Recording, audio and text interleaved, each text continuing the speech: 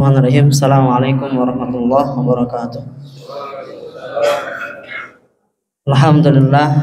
Alhamdulillah rabbil alamin wa bihi nasta'inu wa ala umuri dunya waddin. Shalatu wassalamu ala asrafil anbiya'i wal mursalin wa ala alihi wa sahbihi ajma'in. Rabbi shrah li sadri wa yassir li amri wahlul 'uqdatam min lisani yafqahu qawli. Rabbi zidni ilman warzuqni fahman. Amma ba'd. Yang pertama-tama dan yang paling utama, marilah kita panjatkan puja, puji serta syukur kita kehadirat Allah Subhanahu wa taala sehingga kita dapat berkumpul kembali untuk melaksanakan ibadah salat Isya berjamaah dan dilanjut insyaallah dengan salat tarawih. Dan tak lupa pula salawat serta salam semoga tercurah limpahkan kepada habibana wa nabiyana wa maulana Muhammad sallallahu alaihi wasallam. Pada kesempatan kali ini, izinkan saya menyampaikan kultum singkat yang berjudul Peran Pemuda dalam Kebangkitan Islam.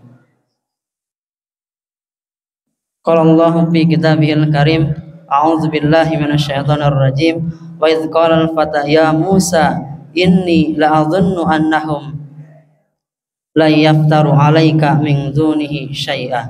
Yang artinya, dan ketika pemuda itu berkata kepada Musa, sesungguhnya aku yakin bahwa mereka tidak akan berhenti menyembah berhala sebelum mereka binasa.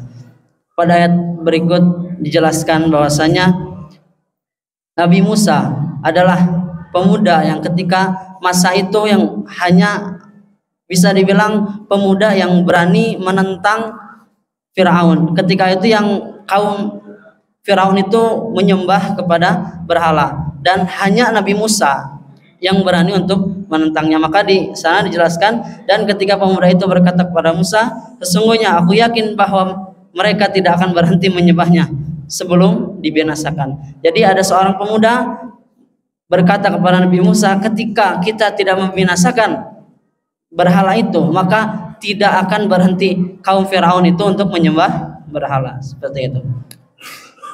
Dan juga hadis juga menunjukkan bahwasanya asyababu su'batu min su'abil iman. Hadis ini menunjukkan bahwasanya peran pemuda itu memiliki potensi besar, yang khususnya untuk zaman sekarang.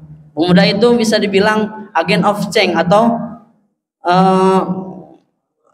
perubahan atau agen perubahan. Jadi ketika pemuda itu bisa merubah dari yang jelek ke yang benar, berarti ya untuk pemuda zaman sekarang ya bisa dibilang bisa diandalkan. Atau usi nafsi wa iyyakum, saya juga sebagai pemuda pada kali ini atau pada zaman ini merasa banyak dari kami, khususnya pemuda-pemuda di Indonesia maupun di seluruh dunia, banyak yang hal-hal yang istilahnya melenceng. Usi nafsi wa iyyakum bittaqwallah. Saya pun pribadi masih ya banyak koreksian dari saya pribadi maupun dari yang pemuda-pemuda yang lainnya. Adapun peran-peran pemuda dalam kebangkitan Islam dapat diwujudkan dalam berbagai bentuk. Tidak hanya sekarang bisa dibilang pemuda harus menegakkan Islam itu tidak hanya sekarang harus berperang atau dengan yang lainnya, tetapi bisa dengan mempelajari dan memahami Islam, atau bisa jadi mempelajari ilmu Islam itu dengan benar. Cukup belajar dengan benar, amalkan, itu sudah menjadi agen of change untuk negeri kita khususnya, umumnya untuk dunia ini. Seperti itu. Dan adapun ketika sekarang yang itu ada kata-kata itu yang bukan sedang viral ya, mungkin yang familiar itu subhanul yaum rijalul ghad. Subhan itu asal katanya sabab mungkin ya. Di situ diartikan sebagai pemuda. Yaumun yang artinya hari dimasuki oleh alif lam li ahdi dzikri. Jadi subhanul yauma pemuda hari ini adalah subhanul yauma rijalul ghad. Rijal itu asli katanya dari anak laki-laki, tetapi di sini diartikan subhanul yaum rijalul ghad. Di sini rijal ini diartikan sebagai pemimpin. Subhanul yaum rijalul ghad. Jadi di sana diartikan pemuda hari ini adalah pemimpin masa depan. Semoga kata-kata yang tadi bisa menjadi doa bagi pemuda bagi hari ini, dan juga pemuda-pemuda hari ini bisa menjadi agen of change yang tadi saya sebutkan. Mungkin cukup sekian yang dapat saya sampaikan.